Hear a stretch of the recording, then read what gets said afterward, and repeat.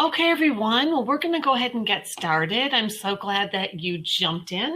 My name is Lynn Brewer, and I'm the Director of Community Outreach and Wellness at Jewish Family Service of Metropolitan Detroit. We have offices in West Bloomfield and in Oak Park, and I work in our Older Adult Services Division. And one of the things that I often get asked to clarify for people is how do we tell the difference between normal cognitive changes that happen just as signs of an aging brain and changes that are more indicative of dementia or something more concerning that we'd want to speak to a doctor about. So that's what we're going to talk about for the next few minutes here. So first of all, it is normal to have slight changes in our cognition as we get older. And on the screen, you see the 4 areas where it is typical to see some changes. Word retrieval difficulties. I don't know if you've ever had the experience of hearing yourself say a word and it's not the word you intended to say.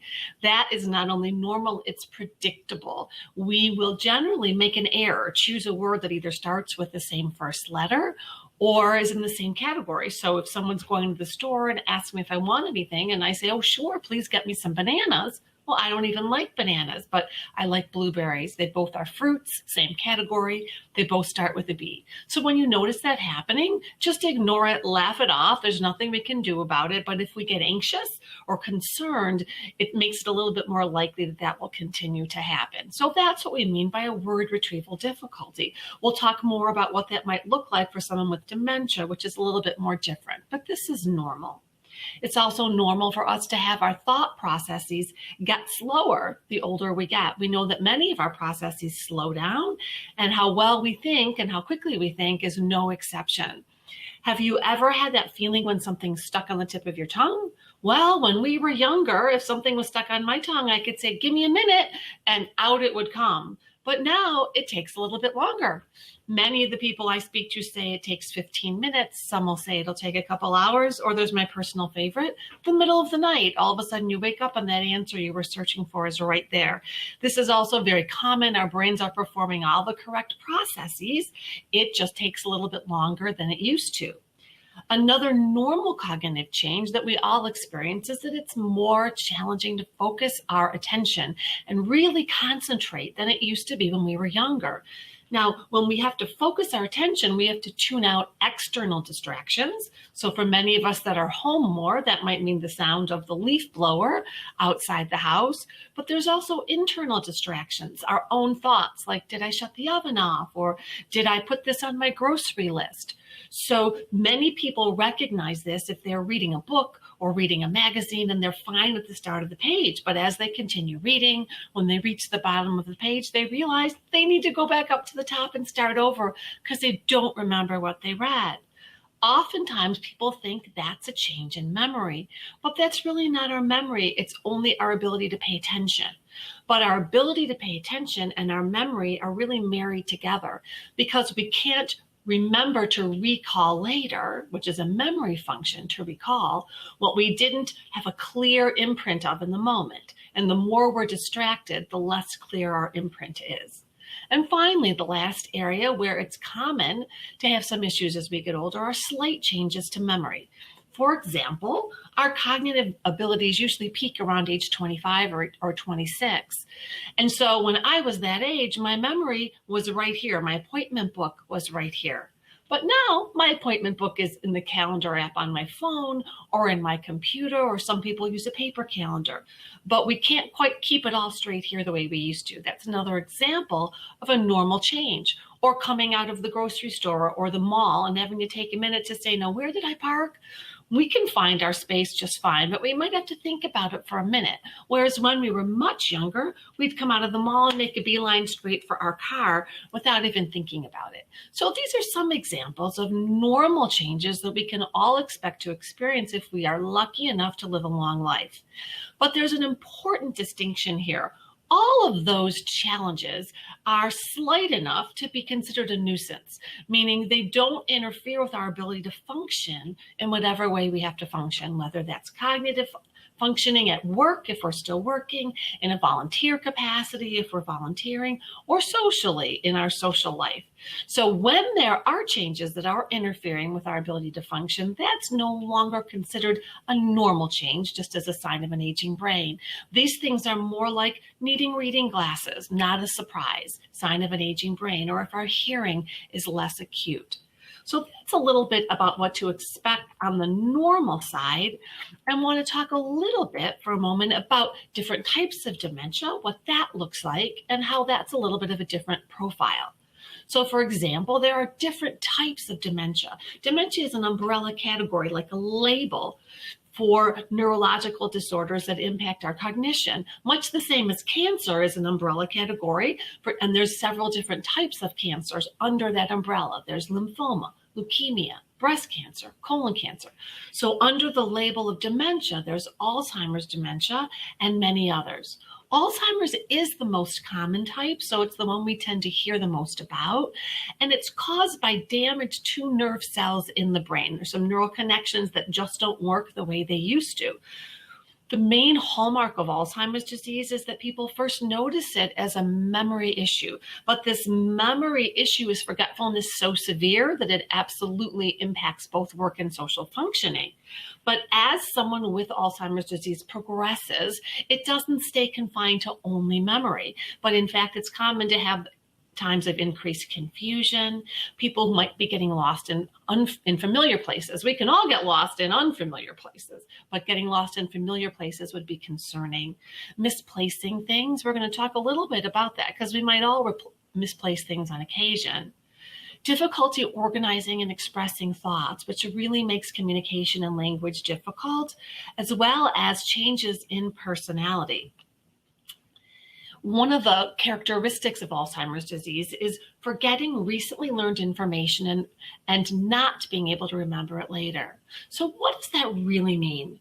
If you've ever been at a doctor's appointment, maybe your physical once a year, and when you leave, the doctor gives you a referral slip for a procedure, whether that's a colonoscopy or a mammogram, and they say you can schedule that with reception on the way out. But because you're rushing, you don't schedule that appointment. So the day goes by, it's busy, and you forget all about scheduling that appointment. A week goes by and you get a call from the doctor's office saying, hello, you were supposed to call to schedule your follow-up procedure, but our records show you haven't done that. As soon as you hear, you're going to go, oh, that's right, I forgot. You're going to remember with that little prompt.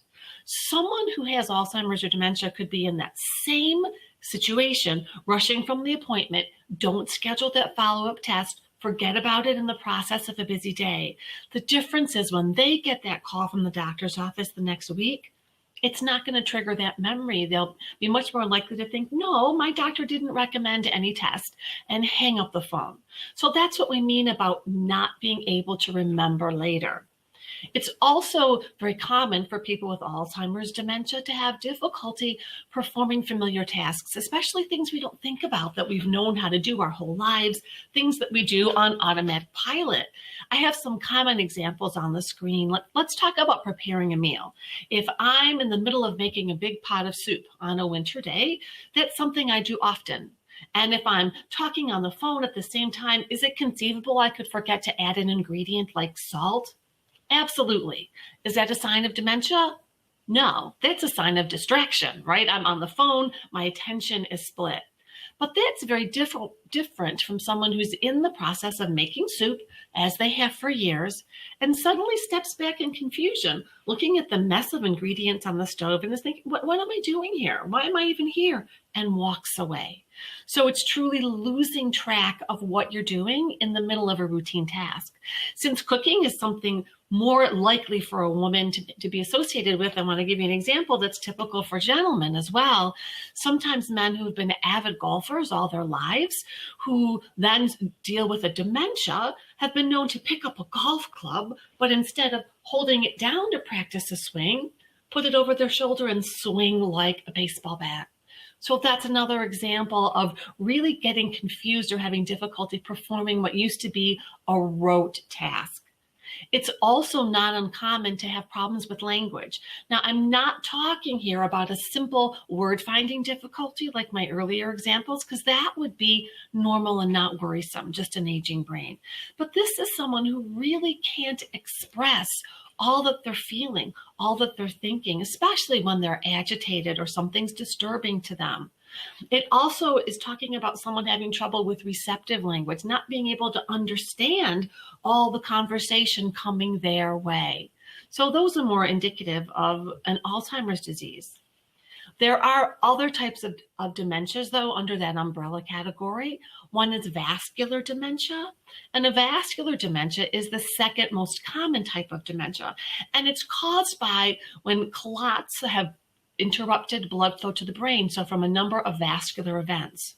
So there's a saying, what's good for the heart is what's good for the brain. So from a preventive standpoint, any steps we take with your doctor's approval, of course, to improve diet, exercise that help our cardiovascular health, reduce the likelihood of us having heart attacks, stroke, TIAs, things that can put us at greater risk of vascular dementia, so we get double benefit. There's also mild cognitive impairment. Mild cognitive impairment presents as a memory issue, but it's not at all uncommon for it to stay in the area of memory. So while there might be significant memory loss, you might not see other symptoms associated with a different type of dementia, like confusion or difficulty sequencing tasks. So mild cognitive impairment, while significant, is generally not thought of to be severe enough to interfere with someone's ability to function. Lewy body dementia is another type of dementia that is caused by a buildup of abnormal protein deposits in the brain. And what's different about how someone with Lewy body dementia might appear is that they are likely to experience hallucinations, which are sensory experiences, seeing things that aren't really happening, hearing things that aren't happening, smelling, feeling, tasting things that aren't there. So our senses trick us into having hallucination and having moments of paranoia. There are also people that have physical conditions like Parkinson's or Huntington's disease that put them at a greater risk of developing other types of dementias. What I'd like to do now is really tease apart, what does it look like? If we were to check the Alzheimer's Association, you'll see concerns about judgment and decision-making, finances, and some of us might think, oh, that's me. So let's tease apart a normal example, something that could happen to any of us, from something a little bit more concerning. So let's talk about decision-making. Have any of you really felt that you have never once made a poor decision? I know I can't say that, right? Sometimes it's as simple as driving through a roundabout or a traffic circle and you pull out safely, there's no incident, but you think, ooh, I really should have waited a minute and let that car go by me. I misjudged the distance. That's a judgment issue. That's an occasional poor decision. That's not a sign of dementia. But that's very different from someone who no longer has sound reasoning behind their decisions, who no longer has judgment to help them with sound decision making. So it's more the larger issue that's a sign or symptom of a dementia. Same with financial issues. So most people at one point or another might have missed a monthly payment, paid a bill late, or missed it altogether until the next month when they received a new bill. Is it great? No. Maybe it's a sign of disorganization that bills were laying around or something was caught in a pile of papers.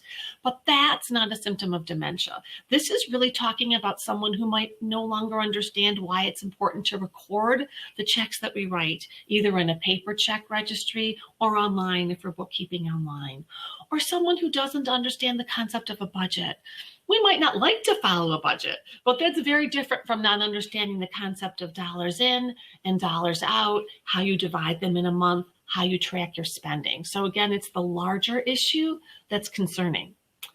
There's forgetting the day and remembering later, or not being able to do that, especially during the last 6 or 7 months while we've been dealing with this pandemic. People are home more, working from home more. It's not surprising for some people to have to give themselves a cue if asked the date. Well, I know Monday was the 26th, today's Wednesday, so it's the 28th. But we have the ability with inside our own brains, if we didn't automatically know the date, to be able to track it back. Someone with Alzheimer's disease won't have that ability. They would need a visual cue, like looking at a computer screen that happens to show the date, looking at the date on a newspaper, or having a big clock that not only gives the time, but the date. It would also be more common of someone with dementia to lose track not only of the date, but sometimes the month, sometimes the season, because our Michigan weather doesn't always line up with the calendar seasons. Sometimes forgetting a word and not being able to express themselves are very different things. And we've touched on that already, so I'm not going to give another example there. But let's talk about misplacing things. You might see that as a sign of Alzheimer's disease. Raise your hand if you've never had to have a frantic dash to find your cell phone. Yeah, I can't raise my hand either. Or how about if you've never misplaced your keys? But what's the one thing you do, the first thing you do when you've misplaced something? You retrace your steps, right? You might say, well, I know I had my keys when I came in from the car, so you might check the garage door. Are they still hanging there? Or I had them when I put groceries on the counter. Are they there? For people with dementia, that ability to retrace their steps and find something that's misplaced is really not something that they're able to access in the moment. That's one of the reasons that it's common for people with dementia when they can't find something to think perhaps it's been taken, because they know they had it. They can't retrace their steps. They can't remember back what's happened. Someone's been in their place, right? So therefore, their brain makes sense of their missing item by thinking that someone's taken it. So that's one example. Other signs and symptoms of Alzheimer's dementia would include disorientation to time and place. Oftentimes people might think that they're in the past, right, rather than in the present. So that's what's meant by disorientation to time. And they might also think they're in a different place. Perhaps instead of realizing that I'm home, I might think I'm in a lovely hotel. So we're going to talk in a minute about strategies for dealing with that. It's also common to have changes in mood or behavior. Sometimes these changes in mood or behavior are tied to time of day. People who get more confused as the day goes on are known to sundown or have sundowners. Others are slow to orient in the morning. So it's important to just know what times of day are better or worse for someone if you're going to interact with them or plan an event for them. One thing it's important to note, though, is that the ability to initiate something, to start something and to know the sequence of steps. For example, I'm in bed. I just woke up. It's morning. I should get out of bed. I should go to the bathroom. I should brush my teeth. I should get dressed. I should get something to eat. Things you and I take for granted every day, that ability to initiate that process and follow it through in sequence is a cognitive function. And so depending on where the damage is in someone's brain, they might no longer have the ability to initiate. Sometimes people don't understand that, and it can look like someone's lazy. She just stays in bed till noon these days. That's somebody who might need a prompt. Good morning. It's time for us to get up. Let's go into the bathroom. More things to know. People with dementia can function at very different levels. A mild dementia looks very different from someone who has moderate dementia, which looks very different from someone living in severe stages of the disease. That's also because different parts of the brain can be impacted. So one area of the brain, let's say the part of the brain that can read, can remain completely intact, where a neighboring part of the brain, maybe the part that knows how to button buttons and zip up pants, is no longer able to work. That can be very puzzling and confusing. How can someone be so capable in some areas and incapable in others? But in fact, that's exactly how dementia works, that only areas where nerve cells are impacted cease to function, surrounding areas can work well. So what that means is, since everyone's brain is organized different and everyone who has dementia has damage in different areas, there's not a cookie cutter approach that we can take to help people with dementia. There's no one size fits all way to move on. But it also means if someone in the family or you get a dementia diagnosis, we don't want to fast forward to a worst case scenario, because someone might not ever end up in a worst case scenario. There are people with an Alzheimer's diagnosis who decline rapidly and significantly. There are other people who live 10 years with the disease in the same exact state they were first diagnosed in, having significant memory issues, but nothing else, fully able to live a life in every other way, just needing memory support. When someone is diagnosed with dementia, though, it's a great time to do some planning, because there is a window where we would be deemed competent enough to make our own decisions, which means we can decide who do we want to make decisions for us if there's a time when we're no longer able to. This applies to medical decisions, healthcare decisions, as well as legal decisions. So it's a time to meet with an attorney and update any wills, any trusts, any power of attorney documents.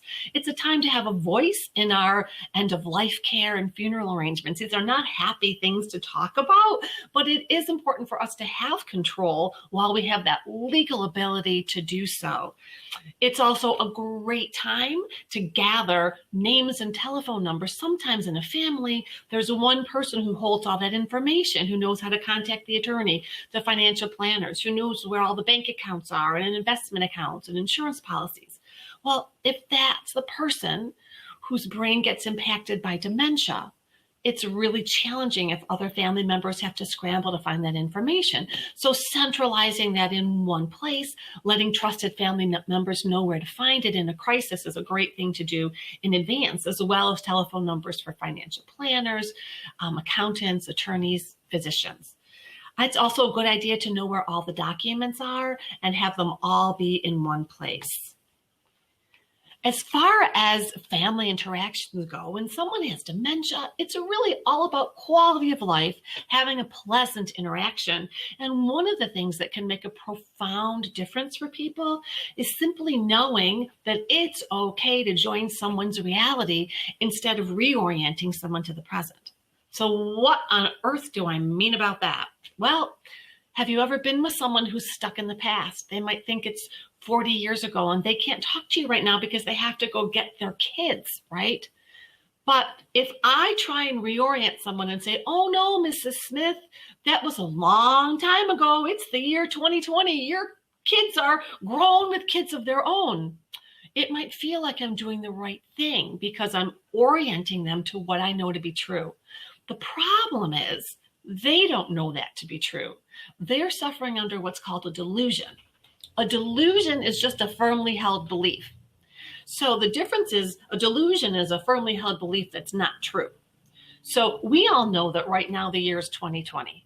Is there anything I could say to you, no matter how convincing or persuasive I am, to get you to really believe that it's not 2020, it's 2054? I don't think so, right? So we will be equally unsuccessful at getting someone who is lost in the past to believe it's the present.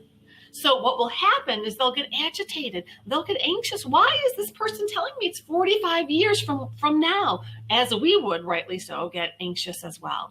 So it's much better to just join their reality and have a pleasant interaction, especially if it's a family member, a parent. Most of us didn't get to know our parents back in those days. So it's much better to join their reality and have a conversation. Oh, do you? Okay. Well, since you have just a few minutes, why don't you tell me about your family, right? And just have a pleasant interaction rather than having someone get agitated. It's also very reassuring when we're able to join people in their reality. And if they come back to the present and they have their own moments of lucidity, that's wonderful and that's a bonus, as long as that's not our expectation. If you're planning a celebration like a Mother's Day or a Father's Day, it's important to choose that time of day when that person's cognitive level is their best, whether that's morning if they sundown, or if it's later in the day if they're slow to orient. People with dementia also lose their sense of some of their visual perceptive abilities. So bright colors, bold colors are much easier to see than soft pastels. So keeping that in mind, if you're planning, decorations are helpful. There are activities that people can do together, art projects, listening to music, things that don't rely on memory. You're going to have a much more successful interaction if we're just not expecting people to remember. Even things that are so simple like going through a family album, oftentimes we're unaware that we're unintentionally quizzing people. Like, oh, look, here's Susie when she was a baby. You remember Susie, right? Well, that's quizzing someone. What if they don't remember Susie? Might be a little bit easier to just direct someone in a way that won't make them feel on the spot. Like, look, oh, here's Susie. She looks to be about 5 years old. Susie's your daughter, right? So just putting the information out without quizzing. It's also a great idea for family interactions to be sure that there's a quiet spot somewhere, because sometimes people can get overstimulated if there are many people around or if the environment gets loud. We're getting close to running out of time. One of the last thoughts I'd like to leave you with are just a few more tips for families. As people decline in their dementia, we can't always tell where they're at. It's especially hard to know when people's receptive language is declining, meaning are they understanding what we're saying and what we're asking? So there are several things we can do to increase the likelihood that someone will understand what we're asking. And that's by including a visual cue whenever you're talking. So if I were to say to someone, oh, you want to go outside for a walk? If they don't know what I mean, the default answer is almost always no. No is a safer answer if we don't know what someone's asking us. But if I say, oh, come join me for a walk, and I'm gesturing and I'm walking to the door and I put my hand on the knob, they can still say no, right? We're not trying to take away their right to choose, but we've added verbal and visual cues, so we're doubling the chance that they understand what you're offering them. It's also better to do visual choices. So instead of saying, what do you want to wear today? It'd be better to say, would you like the blue shirt or the red shirt? But better still to hold them up. Would you like the blue shirt or the red shirt? So concrete choices verbally and visually. The last thought I want to leave you with is that there's a very difficult time for people who have dementia, and that's in the early stages. That's when people have had a recent diagnosis and they're very much aware of what's challenging to them that didn't used to be what they're not as good at compared to the past. So it's really a time when people have low self-esteem and depression.